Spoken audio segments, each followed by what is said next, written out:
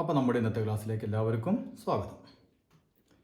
ഇന്ന് നാം പഠിക്കാൻ പോകുന്നത് നമ്മുടെ ആറാമത്തെ ചാപ്റ്റർ, അതായത് റേഷ്യോ എന്ന് പറഞ്ഞാൽ അംശബന്ധം. അപ്പോൾ നമ്മളിനി അടുത്ത 8ാം ക്ലാസ്സിൽ 9ാം ക്ലാസ് 10ാം ക്ലാസ്സിലേക്ക് കടക്കുമ്പോൾ നമ്മൾ കണക്കൊക്കെ ചെയ്യുമ്പോൾ എപ്പോഴും വരുന്നൊരു പദമാണ് റേഷ്യോ എന്ന് പറയുന്നത്. മനസ്സിലായല്ലോ? അപ്പോൾ എന്താണ് ഈ റേഷ്യോ അല്ലെങ്കിൽ അംശബന്ധം എന്ന് പറയുന്നത്? ഇപ്പം നമ്മുടെ ഓണപ്പരീക്ഷ കഴിഞ്ഞ് എല്ലാവർക്കും ആൻസർ ഷീറ്റൊക്കെ കിട്ടിയിട്ടുണ്ടായിരിക്കും അല്ലേ? അപ്പോൾ ഇതിലെല്ലാവരും മാർക്കുകളൊക്കെ അറിഞ്ഞിട്ടുണ്ടാവും. അപ്പോൾ മാത്സിൽ എല്ലാവർക്കും നല്ല മാർക്ക് കിട്ടിയെന്നാണ് എൻ്റെ പ്രതീക്ഷ. പലവരും നല്ല മാർക്ക് കിട്ടിയെന്നൊക്കെ അറിയിച്ചിട്ടുണ്ട്. ഇപ്പം നമുക്ക് പരീക്ഷ കിട്ടിയ ഏതെങ്കിലും ഒരു പേപ്പറിൽ ഇപ്പോൾ നമുക്കൊരു മാർക്ക്, ഇപ്പോൾ ഉദാഹരണത്തിന് ഒരു 40ൽ നമുക്ക് 30 മാർക്കാണ് കിട്ടിയതെന്ന് വിചാരിക്കുക.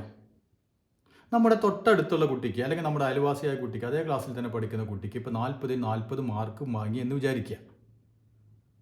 അങ്ങനെയാണെങ്കിൽ നമ്മൾ വീട്ടിലെത്തിക്കഴിഞ്ഞാൽ നമ്മളോട് ചോദിക്കും, നമ്മുടെ മാർക്ക് നമ്മൾ കാണിച്ചു കൊടുത്തു കഴിഞ്ഞാൽ ചോദിക്കും അവന് എത്ര മാർക്ക് കിട്ടിയെന്ന് നോക്കി അല്ലേ? അപ്പോൾ അവന് നമ്മൾ 40ൽ 40 കിട്ടുമ്പോൾ സ്വാഭാവികമായിട്ടും നമ്മുടെ അച്ഛനോ അല്ലെങ്കിൽ അമ്മയോ പറയും അവനെ നോക്കി പഠിച്ചുകൂടെ നിനക്കെന്ന് ചോദിക്കും അല്ലേ? അതായത് ഇവിടെ യഥാർത്ഥത്തിൽ എന്താണ് സംഭവിക്കുന്നത്? നമുക്ക് കിട്ടിയ മാർക്ക് കുട്ടിക്ക് കിട്ടിയ മാർക്കുമായി നമ്മൾ കമ്പയർ ചെയ്യാണ് അല്ലേ? അപ്പോൾ നമുക്ക് 30 മാർക്ക് കിട്ടി, അവന് 40 മാർക്ക് കിട്ടി. അപ്പോൾ ഈ കിട്ടിയ മാർക്കിൽ തമ്മിൽ നമ്മളിവിടെ കമ്പയർ ചെയ്യാണ് ചെയ്യുന്നത്, താരതമ്യം ചെയ്യുന്നു. അതുപോലെ ഇപ്പോൾ നമ്മുടെ കയ്യിലുള്ള വാട്ടർ ബോട്ടിൽ അല്ലേ, ഇപ്പം നമ്മുടെ തൊട്ടടുത്തിരിക്കുന്ന കുട്ടിയുടെ വാട്ടർ ബോട്ടിനേക്കാൾ വലുതാണെങ്കിൽ നാം എന്ത് പറയാറുണ്ട്? എൻ്റെ ബോട്ടിൽ നിൻ്റെ ബോട്ടിൽ കൊള്ളുന്ന വെള്ളത്തിനേക്കാൾ കൂടുതൽ വെള്ളം കൊള്ളും അല്ലേ? അത് അങ്ങനെ നമ്മൾ പറയാറുണ്ട്. അതെന്താണ് നമ്മൾ അവിടെ ചെയ്യുന്നത്? അവിടെ നമ്മൾ ഈ ബോട്ടിലിൻ്റെ അളവിനെ കമ്പയർ ചെയ്യാണ് അല്ലേ? നിന്നേക്കാൾ കൂടുതൽ ഇവിടെ അല്ലെങ്കിൽ ഇതിനേക്കാൾ കുറവ് അവിടെ നമ്മൾ രണ്ട് വസ്തുക്കൾ തമ്മിൽ കമ്പയർ ചെയ്യാണ് ചെയ്യുന്നത് അല്ലേ? താരതമ്യം ചെയ്യുന്നു. അല്ലെങ്കിൽ ഇപ്പോൾ നമ്മൾ പറയാറുണ്ട് അവനേക്കാൾ സ്പീഡിൽ എനിക്ക് ഓടാൻ കഴിയുമെന്ന് പറയാറുണ്ട് അല്ലേ? അപ്പോൾ അവിടെ എന്താണ്? നമ്മുടെ സ്പീഡും അവൻ്റെ സ്പീഡും നമ്മൾ കമ്പയർ ചെയ്യുകയാണ് ചെയ്യുന്നത്. അപ്പോൾ ഇവിടെയാണ് നമുക്ക് ഈ റേഷ്യോ എന്ന് പറയുന്നത് ആവശ്യമായിട്ട് വരിക. അതായത് രണ്ട് അളവുകളെ കമ്പയർ ചെയ്യാനാണ് നാം സാധാരണ എന്ത് ഉപയോഗിക്കുക? ഈ റേഷ്യോ എന്ന് പറയുന്നത് ഉപയോഗിക്കുക. മനസ്സിലായോ? 1-2 കാര്യങ്ങൾ കൂടി പറയുമ്പോൾ നിങ്ങൾക്കത് എളുപ്പത്തിൽ മനസ്സിലാകും. അപ്പോൾ ഇങ്ങോട്ട് നോക്കിയേ, ഇവിടെ ഞാൻ 2 ചതുരങ്ങൾ വരച്ചിട്ടുണ്ട് അല്ലേ? ഈ ചതുരത്തിൻ്റെ നീളം 3 സെൻറ്റിമീറ്റർ, വീതി 1 സെൻറ്റിമീറ്റർ. അപ്പോൾ ഇവിടെ നമുക്ക് നേരത്തെ നമ്മൾ കമ്പയർ ചെയ്ത പോലെ, മാർക്കുകൾ കമ്പയർ ചെയ്ത പോലെ ഇവിടെ നമുക്ക് ഈ നീളവും വീതിയും കമ്പയർ ചെയ്യുകയാണെങ്കിൽ നമുക്ക് എന്തെന്ന് പറയാം? വീതി 1 ആണെങ്കിൽ നീളം എത്രയുണ്ട്? 3 ഉണ്ട് അല്ലേ? അതേപോലെ ഇവിടെ വീതി 3, നീളം 4. അപ്പോൾ നമുക്ക് ഇവിടെയും പറയാം വീതി 3 ആണെങ്കിൽ നീളം 4. അതായത് വീതിയും നീളവും 1-ന് 3 എന്ന് പറയാം. ഇവിടെയാണെങ്കിൽ 3-ന് 4 എന്ന് പറയാം. അപ്പോൾ നമ്മൾ സാധാരണയായി ഈ 1-ന് 3 അല്ലെങ്കിൽ 3-ന് 4 എന്ന് പറയുന്നതിന് പകരമായിട്ട് വളരെ ചുരുങ്ങിയ രൂപത്തിൽ ഇക്കാര്യം പറയാൻ ഉപയോഗിക്കുന്നതാണ് ഈ റേഷ്യോ. അതായത് നാം ഇവിടെ 1-ന് 3 എന്നതിന് പകരം നമുക്ക് എങ്ങനെ എഴുതാം? 1 ഇട്ടിട്ട് 2 കുത്ത് ഇവിടെ ഇടാം, എന്നിട്ട് 3 ഇടാം. ഇതിൻ്റെ അർത്ഥം 1:3, അതായത് 1:3. അപ്പോൾ ഇവിടെ ബ്രെഡ്ത്ത്, അതായത് വീതി, ഇവിടെ ബ്രെഡ്ത്ത് ബി എന്ന് കൊടുക്കുന്നു ഞാൻ, ഇത് വീതിയാണ്, ഇത് ലെങ്ത്ത് L. അപ്പോൾ ഇവിടെ വീതിയും നീളവും 1:3 എന്ന അംശബന്ധത്തിലാണ് എന്ന് നമുക്ക് പറയാം. അതായത് അതിൻ്റെ അർത്ഥം വീതി 1 ആണെങ്കിൽ നീളം 3 ആയിരിക്കും. അപ്പോൾ ഇനി വീതി 2 ആയാൽ അല്ലെ, ഇരട്ടിയായാൽ ഇവിടെ എന്ത് വരും? നീളം എന്താവും? നീളവും ഇരട്ടിയാകും അല്ലേ? അപ്പോൾ നീളം 6 ആകും. അപ്പോൾ ഇങ്ങനെ എഴുതുന്നതിനാണ് നാം എന്ത് പറയുക? റേഷ്യോ എന്ന് പറയുക. അപ്പോൾ ഇവിടെ നമുക്ക് ഇതിൻ്റെ റേഷ്യോ എങ്ങനെ എഴുതാൻ പറ്റും? വീതിയും നീളവും നമുക്ക് എങ്ങനെ എഴുതാൻ പറ്റും? ഇപ്പോൾ ആദ്യം വീതി പറയുമ്പോൾ ആദ്യം നമ്മൾ വീതിയാണ് എഴുതേണ്ടത്. ഇപ്പോൾ ഇവിടെ നമുക്ക് ബ്രെഡ്ത്ത്, ഇത് ലെങ്ത്ത്. അപ്പോൾ വീതി 3 ആണെങ്കിൽ നീളം എത്രയാണ്? 4. അപ്പോൾ നമുക്കിവിടെ 3:4 എന്ന് എഴുതാം. അപ്പോൾ അതിൻ്റെ അർത്ഥം വീതിയും നീളവും 1:3 എന്ന അംശബന്ധത്തിലാണ്. ഇവിടെ വീതിയും നീളവും 3:4 എന്ന അംശബന്ധത്തിലാണ്. ഇപ്പം നമ്മൾ സാധാരണ ക്യാമറ ഉപയോഗിച്ചുകൊണ്ട് അല്ലെ, നമ്മുടെ മൊബൈൽ ഉപയോഗിച്ച് ഫോട്ടോ എടുക്കുമ്പോൾ അതിൽ നമുക്ക് കാണാം, എന്ത് കാണാം? ഇപ്പം നമുക്ക് കാണാൻ പറ്റും 3:4 എന്ന് കാണാം അല്ലേ? അതല്ലെങ്കിൽ നമുക്ക് 9:60 എന്ന് കാണാം, അതല്ലെങ്കിൽ 1:1 എന്ന് കാണാം അല്ലേ? അപ്പം ഇതിൻ്റെ അർത്ഥം എന്താണ്? അതായത് ഇവിടെ നീളം, ഈ നമ്മൾ എടുക്കുന്ന ചിത്രത്തിൻ്റെ നീളം 4 സെൻറ്റിമീറ്റർ അല്ലെങ്കിൽ 4 ആണെങ്കിൽ വീതി 3 ആയിരിക്കും. അതല്ലെങ്കിൽ നീളം 16 ആണെങ്കിൽ വീതി 9 ആയിരിക്കും. അല്ലെങ്കിൽ നീളം 1 ആണെങ്കിൽ വീതിയും 1 തന്നെ ആയിരിക്കും. മനസ്സിലായില്ലേ? അത് നമുക്ക് കാണാറുണ്ട് അല്ലേ? നമ്മൾ ഫോട്ടോ എടുക്കുമ്പോൾ നമുക്ക് എഡിറ്റ് ചെയ്യാൻ സമയത്തൊക്കെ തന്നെ കാണാം. ഇതിൽ ഏതിൽ വേണമെങ്കിൽ നമുക്ക് സെലക്ട് ചെയ്തിട്ട് ഫോട്ടോ എടുക്കാം. അപ്പം ഇതാണ് അതിൻ്റെ അർത്ഥം. അപ്പം ഇതിനെ നമ്മൾ ഇനി തിരിച്ച് പറയാന്നിരിക്കുക. ഇതിപ്പോൾ നോക്കിയേ, വീതിയും നീളവും അല്ലേ. ഇപ്പം വീതി 3 ആണെങ്കിൽ നീളം 4. ഇനി നമുക്ക് നേരെ തിരിച്ച് നീളവും വീതിയായിട്ട് പറയുമ്പോൾ എന്ത് വരും? ഇപ്പം നമ്മൾ ഇതിന് പകരം ആദ്യം ലെങ്ത്തും പിന്നെ ബ്രെഡ്ത്തും, അങ്ങനെയാണ് നമ്മൾ എങ്ങനെ പറയാം? ഇത് 4 അല്ലേ. അപ്പം 4:, വീതി 3 അപ്പം 4:3 എന്ന് പറയണം. അപ്പോൾ നീളം ആദ്യം പറയുമ്പോൾ 4:3, വീതി പറയുമ്പോൾ 3:4. അപ്പോൾ നമ്മൾ ഈ ക്യാമറ ഉപയോഗിച്ചുകൊണ്ട് അല്ലെങ്കിൽ മൊബൈലോട് കൂടി ചിത്രം എടുക്കുമ്പോൾ അതിൻ്റെ അർത്ഥം ഇതിൻ്റെ നീളം 4 ആണെങ്കിൽ ആ ചിത്രത്തിൻ്റെ ഉയരം എത്രയായിരിക്കും, അല്ലെങ്കിൽ വീതി എത്രയായിരിക്കും? 3 ആയിരിക്കും. അതായത് മറ്റൊരു രീതിയിൽ പറഞ്ഞാൽ ഉയരം നീളത്തിൻ്റെ എത്ര ഭാഗമായിരിക്കും? നീളം 4 ആണെങ്കിൽ ഉയരം 3. അപ്പോൾ ഉയരം നീളത്തിൻ്റെ 3/4 ഭാഗമാണ്. മനസ്സിലായ? 3/4 ഭാഗമാണ്, അല്ലെങ്കിൽ പാർട്ടാണ്. അപ്പോൾ ഇവിടെ ഉയരാണ് കുറവ് അല്ലെ, വീതിയാണ് കുറവ്. അപ്പോൾ ഇവിടെ നീളം 4 ആണെങ്കിൽ ഉയരം എത്ര ഉണ്ടായിരിക്കും ചിത്രത്തിൻ്റെ? 3 ആയിരിക്കും. ഇനി നമ്മളതിന് തിരിച്ചു പറഞ്ഞാലോ, നീളം ഉയരത്തിൻ്റെ എത്ര ഇരട്ടിയായിരിക്കും? നാം റെസിപ്രോക്കൽ എന്ന് പറയുന്ന പാഠത്തിൽ പഠിച്ചു അല്ലേ. ഇതിനെ മറിച്ചിട്ടാൽ മതി. അപ്പം എന്ത് വരും? 4/3 മടങ്ങ് അല്ലേ. അപ്പം 4/3 മടങ്ങ്, അല്ലെങ്കിൽ 4/3 ടൈംസ്. അപ്പം നീളം ഉയരത്തിൻ്റെ 4/3 മടങ്ങാണ്, ഉയരം നീളത്തിൻ്റെ 3/4 പാർട്ടാണ്. അപ്പം നമുക്ക് ഈ 3:4 എന്ന് പറഞ്ഞല്ലോ നമ്മൾ, അതിന് നമുക്ക് എങ്ങനെ വേണമെങ്കിലും എഴുതാൻ പറ്റും?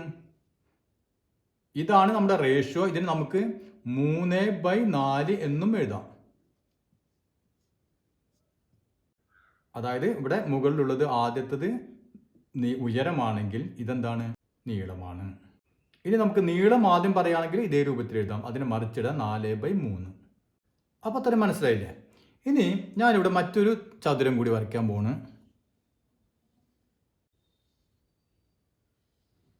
ഇത് 6 സെൻറ്റിമീറ്റർ ആണെന്ന് വിചാരിക്കുക, ഇത് 2 സെൻറ്റിമീറ്റർ ആണെന്ന് വിചാരിക്കുക. അപ്പോൾ ഇതിൻ്റെ വീതിയും നീളവും നാം എങ്ങനെയാണ് റേഷ്യോയിൽ പറയുക? നാം പഠിച്ചിട്ടുണ്ട് അല്ലേ. ആദ്യം വീതി, അപ്പോൾ വീതിയാണെങ്കിൽ 2:6 എന്നാണ് ഇതിൻ്റെ അംശബന്ധം. അതാണ് ഇതിൻ്റെ റേഷ്യോ. വീതിയും നീളവും തമ്മിലുള്ള റേഷ്യോ 2:6. പക്ഷേ ഇവിടെ നമ്മൾ ശ്രദ്ധിക്കേണ്ട കാര്യം, നമ്മൾ സാധാരണയായിട്ട് എന്താ ചെയ്യാറ്? ഏറ്റവും ചെറിയ സംഖ്യകളിലാണ് നാം റേഷ്യോ പറയുക. അതായത് ഇവിടെ നോക്കിയാൽ 2:6, ഇതിനെ നമുക്ക് ഒന്നും കൂടി ചെറുതാക്കാൻ പറ്റും അല്ലേ. അതായത് നോക്കിയാൽ ഇതിനെ നമുക്ക് 2 കൊണ്ട് ഡിവൈഡ് ചെയ്യാൻ പറ്റും, ഇതിനെയും 2 കൊണ്ട് ഡിവൈഡ് ചെയ്യാൻ പറ്റും അല്ലേ. അതായത് 2നെ 2 കൊണ്ട് ഡിവൈഡ് ചെയ്യുമ്പോൾ നമുക്ക് 1 കിട്ടും. 6നെ 2 കൊണ്ട് ഡിവൈഡ് ചെയ്യുമ്പോൾ നമുക്ക് 3 കിട്ടും അല്ലേ. അപ്പോൾ നമുക്ക് ഇതിനെ ചെറുതാക്കിയിട്ട് എങ്ങനെ പറയാം? 1:3 എന്ന് പറയാം. അപ്പോൾ 2:6 എന്ന് പറയുന്നതും 1:3 എന്ന് പറയുന്നതൊക്കെ സെയിം തന്നെയാണ്. അതായത് വീതി 2 ആണെങ്കിൽ നീളം 6, വീതി 1 ആണെങ്കിൽ നീളം 3 അല്ലേ. അപ്പോൾ ഇനി വീതി 3 ആണെങ്കിലോ നീളം എത്ര വരും? 9. അതായത് ഇപ്പോൾ നോക്കിയാൽ ഇതിന് നാം 2 കൊണ്ട് ഗുണിച്ചപ്പോഴാണ് 2, ഇതിനെ 2 കൊണ്ട് ഗുണിച്ചു അപ്പോൾ 6, അപ്പോൾ 2:6. ഇതിനെ 3 കൊണ്ട് ഗുണിച്ചപ്പോൾ 3, ഇതിനെ 3 കൊണ്ട് ഗുണിച്ചപ്പോൾ 9 അല്ലേ. ഇനി അപ്പോൾ അങ്ങനെയാണ് 4:12, 4 കൊണ്ട് ഗുണിക്കുക, അപ്പോൾ ഇതിനെയും 4 കൊണ്ട് ഗുണിക്കുക. അപ്പോൾ 2:6 എന്ന് പറഞ്ഞാലും 3:9 എന്ന് പറഞ്ഞാലും 4:12 എന്ന് പറഞ്ഞാലും ഒക്കെ എന്ത് തന്നെയാണ്? 1:3 തന്നെയാണ് അല്ലേ. അപ്പോൾ ഈ അളവുകൾ 2ന് പകരം ഇനിയിപ്പോൾ 3 വന്ന് ഇവിടെ 9 വന്നാലും അതിൻ്റെ റേഷ്യോ എന്തായിരിക്കും? 1:3 തന്നെയാണ്. 4ഉം 12 അളവ് വന്നാലും നമ്മൾ അതിൻ്റെ റേഷ്യോ എന്താണ്? 1:3 തന്നെയാണ്. മനസ്സിലായില്ലേ? അപ്പോൾ ചെറിയ സംഖ്യയിലാണ് നാം ഇതിനെ റേഷ്യോ എഴുതുക. അപ്പോൾ നമ്മൾ ഇതേ രൂപത്തിൽ ഇതിൻ്റെ നീളവും വീതിയും എത്ര വർദ്ധിപ്പിച്ചാലും റേഷ്യോയിൽ മാറ്റം വരില്ല. റേഷ്യോ എത്ര തന്നെ ആയിരിക്കും? 1:3 തന്നെ ആയിരിക്കും അല്ലേ. ഇനി നമ്മുടെ കയ്യിൽ ഒരു ചെറിയ ചാക്കിൽ ഒരു 15 കിലോ അരി ഉണ്ടെന്ന് വിചാരിക്കാം. അല്പം കൂടി വലിയ ചാക്കിൽ ഒരു 25 കിലോ അരി ഉണ്ടെന്ന് വിചാരിക്കാം. അങ്ങനെയാണെങ്കിൽ ഇതിൻ്റെ റേഷ്യോ എങ്ങനെ പറയാം? ചെറുതിൻ്റെ അളവും വലുതിൻ്റെ അളവും തമ്മിലുള്ള റേഷ്യോ എങ്ങനെ പറയാം? നമുക്ക് 15:25 എന്ന് പറയാം അല്ലേ. അതിന് തെറ്റില്ല. പക്ഷെ നാം എന്ത് വേണം? ഇതിനെ ചെറുതാക്കണം അല്ലേ. എങ്ങനെ ചെറുതാക്കാം?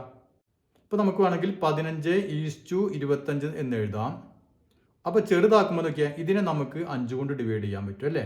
ഇതിനെയും നമുക്ക് 5 കൊണ്ട് ഡിവൈഡ് ചെയ്യാൻ പറ്റും അല്ലേ. അപ്പോൾ 15നെ 5 കൊണ്ട് ഡിവൈഡ് ചെയ്താൽ 3 × 5 15 അല്ലേ. അപ്പോൾ 3 കിട്ടി.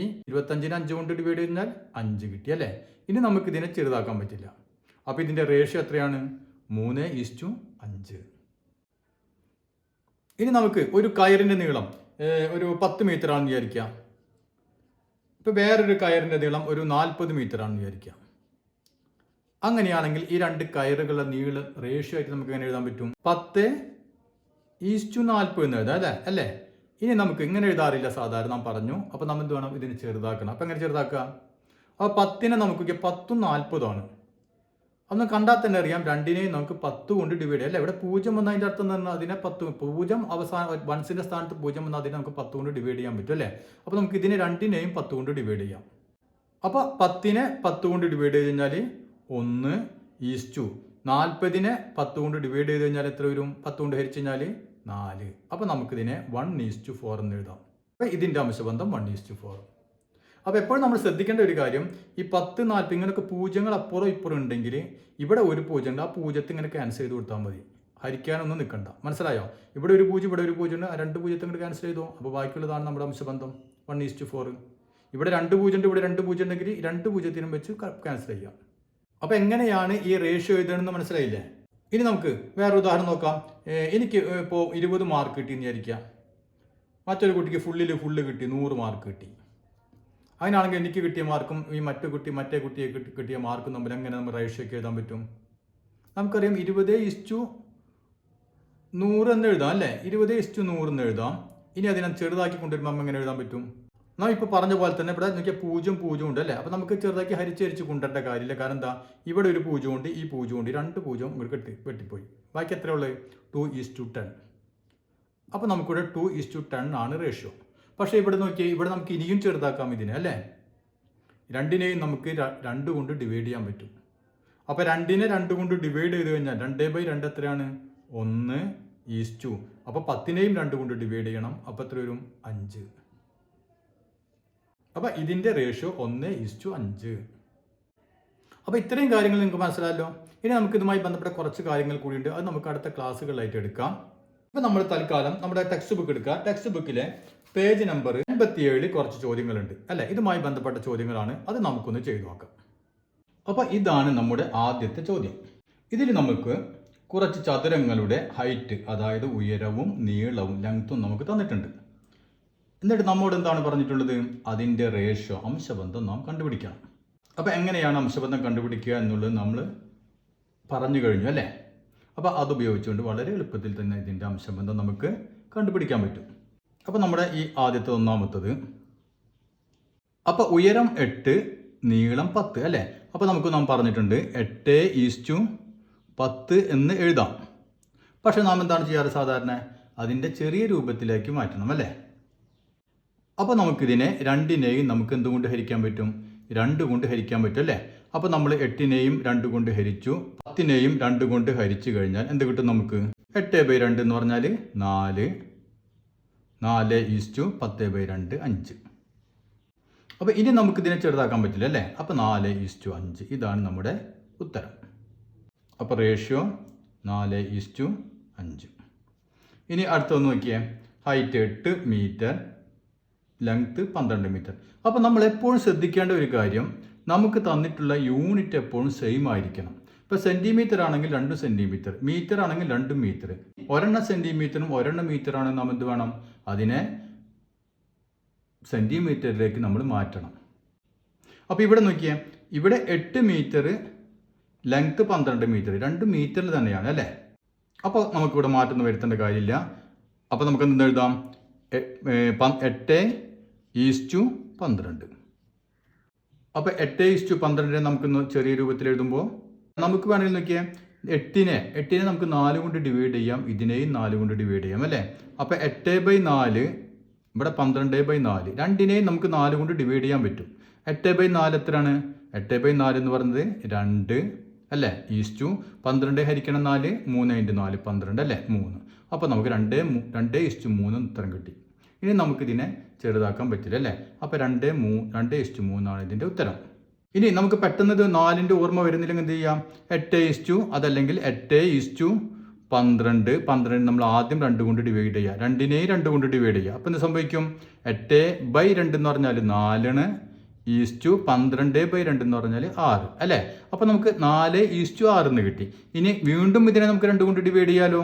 അപ്പോൾ വീണ്ടും നമുക്ക് 2 കൊണ്ട് ഡിവൈഡ് ചെയ്യാം. അപ്പോൾ എന്ത് കിട്ടി? 4/2 എന്ന് പറഞ്ഞാൽ എത്രയാണ്?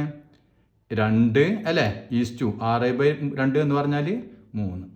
അപ്പോഴും നമുക്ക് 2:3 എന്ന് ഉത്തരം കിട്ടി. അപ്പോൾ ആൻസർ എത്രയാണ്? 2:3.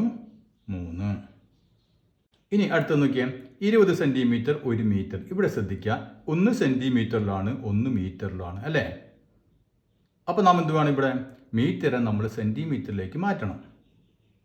അപ്പോൾ മൂന്നാമത്തത്, അപ്പോൾ 1 മീറ്ററിനെ 1 മീറ്റർ ഈസിക്വൽ എത്രയാണ്? 100 സെൻറ്റിമീറ്റർ അല്ലേ. 100 സെൻറ്റിമീറ്റർ ആണ് 1 മീറ്റർ. അപ്പോൾ നമുക്ക് എങ്ങനെ എഴുതാൻ പറ്റും? 20:1 മീറ്ററിനെ 100 അല്ലേ, 100 സെൻറ്റിമീറ്റർ. ഇനി നമുക്ക് എന്ത് വേണം?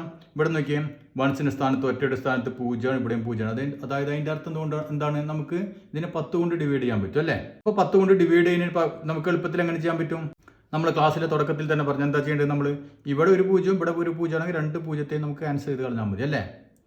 അപ്പോൾ നമുക്ക് ഈ 0 ക്യാൻസൽ ചെയ്യാം, ഈ 0 ക്യാൻസൽ ചെയ്യാം. അതായത് ഇവിടെ നമ്മൾ 20നെ 10 കൊണ്ട് ഹരിക്കുന്നു, അതാണ് നമ്മൾ ഈ 0 ക്യാൻസൽ ചെയ്തത്. ഇവിടെയും 100നെ 10 കൊണ്ട് ഹരിക്കുന്നു, അപ്പോൾ നമ്മൾ ഈ 0 ക്യാൻസൽ ചെയ്തു. അപ്പോൾ നമുക്കിവിടെ 2:10 എന്ന് കിട്ടി അല്ലേ. ഈ 2:10 വീണ്ടും നമുക്ക് ചെറുതാക്കാമല്ലോ. 2:10 നമുക്ക് 2നെ നമുക്ക് 2 കൊണ്ട് ഡിവൈഡ് ചെയ്യാൻ പറ്റും. ഇവിടെ നമുക്ക് 10നെയും 2 കൊണ്ട് ഡിവൈഡ് ചെയ്യാൻ പറ്റും അല്ലേ. അപ്പോൾ എന്തോന്നു? 2/2 എന്ന് പറഞ്ഞാൽ 1:10/2 എന്ന് പറഞ്ഞാൽ 5 5 2 10 അല്ലേ. അപ്പോൾ 1:5. അപ്പോൾ ആൻസർ 1:5. ഇനി അടുത്ത് നോക്കിയാൽ 40 സെൻറ്റിമീറ്റർ 1 മീറ്റർ. ഇവിടെയും ഇവിടെ സെൻറ്റിമീറ്റർ മീറ്റർ ആണ് അല്ലേ. അപ്പോൾ നമ്മൾ എന്ത് വേണം? ഇതിനെ സെൻറ്റിമീറ്ററിലേക്ക് മാറ്റണം. അപ്പോൾ 1 മീറ്റർ എന്ന് പറഞ്ഞാൽ 100 സെൻറ്റിമീറ്റർ. അപ്പോൾ ഇവിടെ എങ്ങനെയായി മാറും? 40:100. ഇവിടെ നമുക്ക് 10 കൊണ്ട് ഡിവൈഡ് ചെയ്യാം അല്ലേ. ഇവിടെയും 0 ആണ്, ഇവിടെയും 0 ആണ്. അപ്പോൾ നമുക്ക് ഈ 0 പോയി, ഇവിടുന്ന് ഒരു 0 പോയി. അപ്പോൾ ബാക്കി എന്ത് വന്നു? 4:10 എന്ന് വന്നു അല്ലേ. അപ്പോൾ 4:10നെ നമുക്ക് വീണ്ടും ചെറുതാക്കാമല്ലോ. ഇതിനെ നമുക്ക് 2 കൊണ്ട് ഡിവൈഡ് ചെയ്യാൻ പറ്റും, ഇതിനെയും 2 കൊണ്ട് ഡിവൈഡ് ചെയ്യാൻ പറ്റും അല്ലേ. അപ്പോൾ എന്തായി? 4/2 എന്ന് പറഞ്ഞാൽ 2:10/2 5. ഇനി നമുക്ക് ചെറുതാക്കാൻ പറ്റില്ല അല്ലേ. അപ്പോൾ 2:5. അപ്പോൾ 2:5. ഇനി അടുത്ത് നോക്കിയാൽ 1.5 സെൻറ്റിമീറ്റർ 2 സെൻറ്റിമീറ്റർ അല്ലേ. 2 സെൻറ്റിമീറ്റർ തന്നെയാണ്. അതുകൊണ്ട് നമുക്ക് ഇതെന്ന് എഴുതാം? 1.5:2 അല്ലേ. നമ്മൾ മുമ്പ് പറഞ്ഞിട്ടുണ്ട്, അംശബന്ധം എപ്പോഴും നമ്മൾ നാച്ചുറൽ നമ്പറിലാണ് എഴുതുക അല്ലേ, എണ്ണൽ സംഖ്യയിലാണ് എഴുതുക. അപ്പോൾ അതുകൊണ്ട് നമ്മൾ എന്ത് വേണം? ഇതിൻ്റെ പോയിന്റ് കളയണം. അതിനെന്താ എന്താണ് മാർഗം? നമ്മുടെ 1.5:2 അല്ലേ.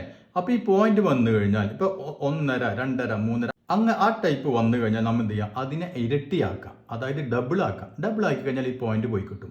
അതായത് 1.5ൻ്റെ ഇരട്ടി എത്രയാണ്? 1.5യുടെ ഇരട്ടി 3 അല്ലേ, 3. അപ്പോൾ 2ൻ്റെ ഇരട്ടി കാണണം, 2ൻ്റെ ഇരട്ടി 4. അതായത് ഇങ്ങനെ വന്നാൽ വേറെ ഒന്നും ആലോചിക്കേണ്ട. 1.5നെ നമ്മൾ 2 കൊണ്ട് ഗുണിക്കുക. അപ്പോൾ എത്ര കിട്ടി? 3 കിട്ടി. 1.5 × 2 3. അപ്പോൾ നമ്മൾ ഇതിനെയും അതേപോലെ ഗുണിക്കണം. 2നെയും നമ്മൾ 2 കൊണ്ട് ഗുണിക്കുക. അല്ലാണ്ട് ഇതിനെ മാത്രം ഗുണിച്ച് വെക്കരുത്, 2നെയും ഗുണിക്കുക. അപ്പോൾ 2നെ 2 കൊണ്ട് ഗുണിക്കുക 4. 3:4. അപ്പോൾ ഇത്ര മനസ്സിലായല്ലോ. ഇനി നമുക്കതിലെ രണ്ടാമത്തെ ചോദ്യം ചെയ്ത് നോക്കാം. അപ്പോൾ ഇതാണ് നമ്മുടെ രണ്ടാമത്തെ ചോദ്യം.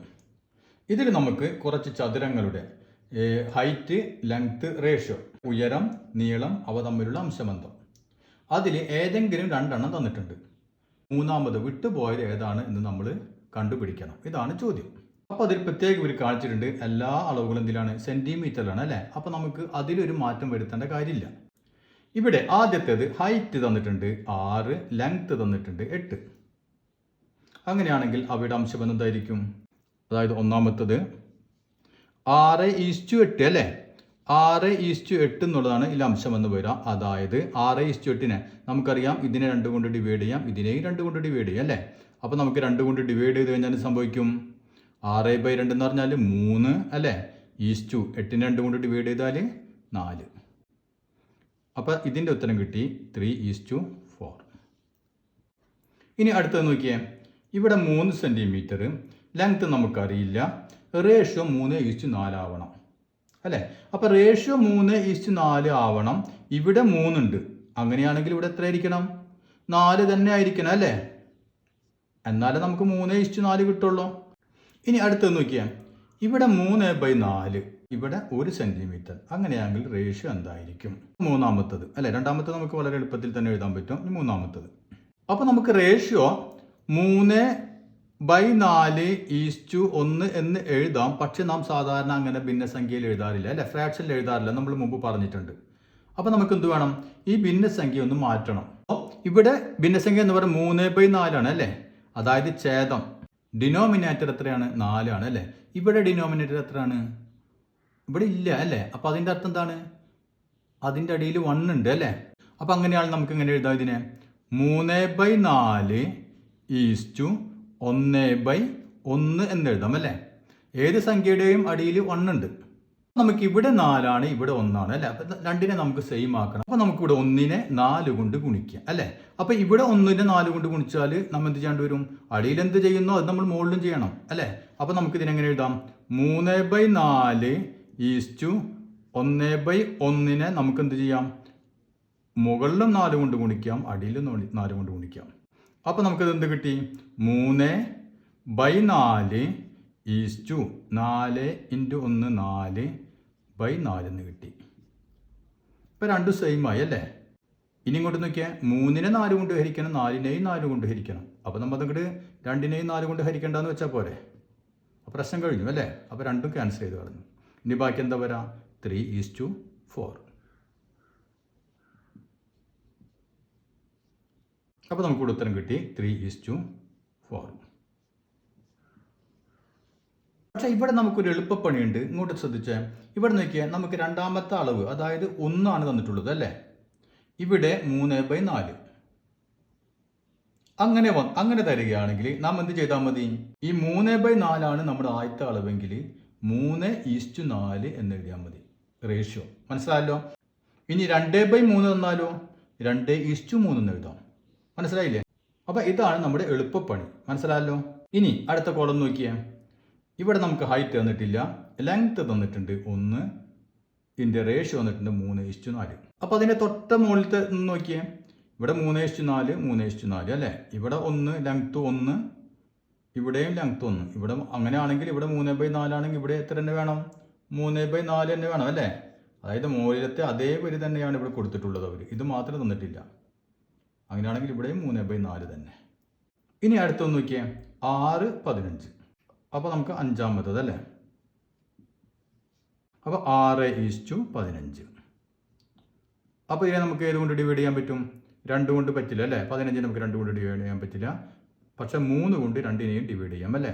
അപ്പോൾ 6നെ 3 കൊണ്ട് ഡിവൈഡ് ചെയ്യാം, 15നെ 3 കൊണ്ട് ഡിവൈഡ് ചെയ്യാം. അപ്പോൾ എന്ത് കിട്ടി? 6/3 2:15/3 5 × 3 15. അപ്പോൾ 2:5. ഇനി അടുത്തത്, ഇവിടെ നമുക്ക് ഹൈറ്റ് ഉയരം തന്നിട്ടുണ്ട് 2, നീളം തന്നിട്ടുണ്ട് അല്ല, നീളം നമുക്ക് തന്നിട്ടില്ല അല്ലേ. റേഷ്യോ തന്നിട്ടുണ്ട് 2:5. അപ്പോൾ നമുക്ക് 2:5 റേഷ്യോ കിട്ടണം. അതിൽ ഹൈറ്റ് തന്നിട്ടുണ്ട് 2, അങ്ങനെയാണെങ്കിൽ ലെങ്ത് എത്ര വേണം? 5 തന്നെ വേണം അല്ലേ. 2:5 ആണ് നമ്മുടെ റേഷ്യോ, 2 ആണ് ഹൈറ്റ്, അങ്ങനെയാണെങ്കിൽ ലെങ്ത് 5 തന്നെ വേണം, 5. അപ്പോഴാണ് 2:5 ആവാം. ഇനി അടുത്തൊന്ന് നോക്കിയേ. ഹൈറ്റ് 1, ലെങ്ത് നമുക്ക് തന്നിട്ടില്ല, റേഷ്യോ തന്നിട്ടുണ്ട് 2:5. അപ്പോൾ ഇവിടെ റേഷ്യോ 2:5 അല്ലേ. ഇവിടെ ഹൈറ്റ് എത്രയാണ്? 1 ആണ്. അപ്പോൾ നമുക്ക് ഇവിടുന്ന് പെട്ടെന്നൊരു ഉത്തരം കിട്ടും. നോക്കിയേ, ഇവിടെ റേഷ്യോ 2:5 അല്ലേ, അതായത് 2ൻ്റെ പകുതിയാണ് 1. അങ്ങനെയാണെങ്കിൽ ഇവിടെ എത്രയായിരിക്കും? 5ൻ്റെ പകുതി ആയിരിക്കും അല്ലേ. അപ്പോൾ 2.5 ആയിരിക്കും ഇവിടെ ഉത്തരം. മറ്റൊരു രീതിയിൽ എങ്ങനെ ചെയ്യാം? അത് തൽക്കാലം ഇവിടെ നിൽക്കട്ടെ, അടുത്ത് ചെയ്യാം. എന്നിട്ട് അപ്പോൾ അത് കഴിഞ്ഞിട്ട് നമുക്കിത് ചെയ്യുമ്പോൾ കുറച്ചും കൂടി എളുപ്പത്തിൽ നിങ്ങൾക്ക് മനസ്സിലാവും. ഇവിടെ നമുക്ക് ഹൈറ്റ് തന്നിട്ടില്ല, ലെങ്ത് 1, റേഷ്യോ 2:5. അപ്പോൾ നമ്മളിവിടെ പറഞ്ഞ അതേ കാര്യം തന്നെ അല്ലേ. ഇവിടെ നോക്കിയാൽ രണ്ടാമത്തെ അളവ് നമുക്ക് 1 ആണ്, ഇവിടെ റേഷ്യോ 2:5 ആണ്. അങ്ങനെയാണെങ്കിൽ ഇതിൻ്റെ ആദ്യത്തെ അളവ് എത്രയായിരിക്കും? 2/5 അല്ലേ? അതാണ് നാം ഇവിടെ പറഞ്ഞത് 2/5. കണ്ണടച്ചെഴുതിക്കോ 2/5. നമുക്ക് ഇതിലേക്ക് കിടക്കാം. ഇങ്ങോട്ട് നോക്കിയാൽ നമ്മൾ ആദ്യം പറഞ്ഞിട്ടുണ്ട് അല്ലേ, 2:5 നമുക്ക് എന്തെന്ന് എഴുതാൻ പറ്റും എപ്പോഴും, അല്ലെങ്കിൽ ഒരു അംശബന്ധത്തെ നമുക്കിതിനെ 2/5 എന്ന് എഴുതാം അല്ലേ? 2:5 നമുക്ക് 2/5 എന്നും എഴുതാം. അതിൻ്റെ അർത്ഥം എന്താണ്? ഇപ്പം നമുക്കിത് നിൽക്കട്ടെ, നമുക്ക് ഈ അടിയിലത്തെ കേസ് തന്നെ പറയാം.